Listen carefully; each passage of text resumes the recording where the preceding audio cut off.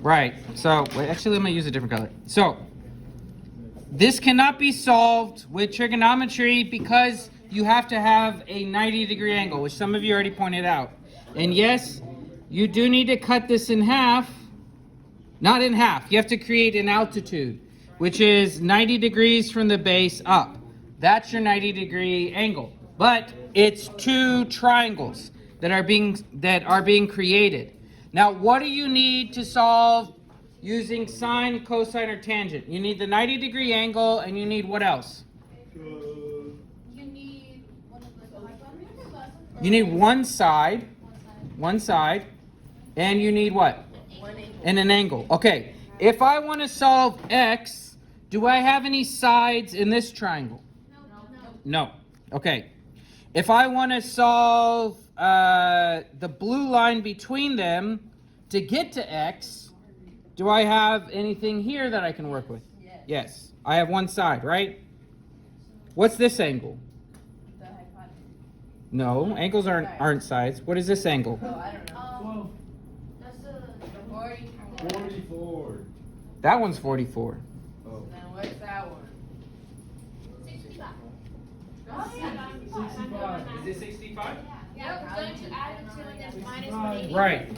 Right. Yeah, it's one. All insides of a triangle are 180 degrees. So you would just subtract the 71 and the 44, leaving us 65. So now we have an angle, a side, and a side we're looking for. We'll call that one Y. Why do you want to solve Mr. Evans's problems? You don't, yeah.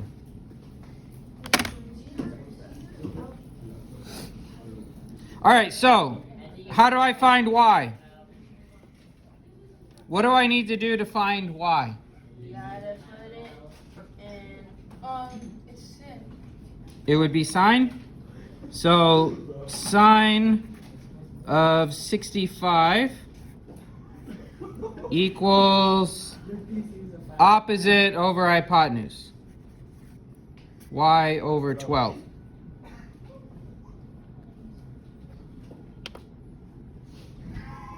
So that means Y equals 12 times sine 65.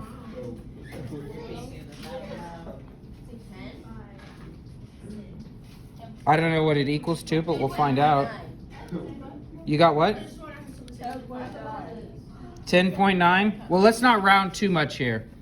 So Y, when we plug all that in, is 10.8756.9, right? It just keeps going. Good. Now that I know that Y equals 10 something, blah, blah, blah, blah, blah. Now that I know that, how do I find X? You use a tangent. Tangent. Okay. So that would be tangent of 44. Wait, no, not a tangent. How? No. No, you're right. I totally messed that up. It's not tangent. Be sine, right? It would be sine again. Yeah, tangent, we don't have the adjacent. We have hypotenuse, so it has to be sine or cosine, right? So, Oh. Sorry. no, you're good. I totally went with it for a second there. So, sine of 44 degrees equals y over x. Right? I'm writing y because I don't want to write all those decimals. To find it, remember when it's at the bottom, it just multiplies by, but when your unknown's at the bottom, they basically switch places when you do the math, yeah. So our x would now be y divided by sine. That's why I said don't get rid of the thing, because now we can just take our fraction, our decimal, and we can just say divide, and then put 44, and then press sine. Equals. So then we keep all the decimals.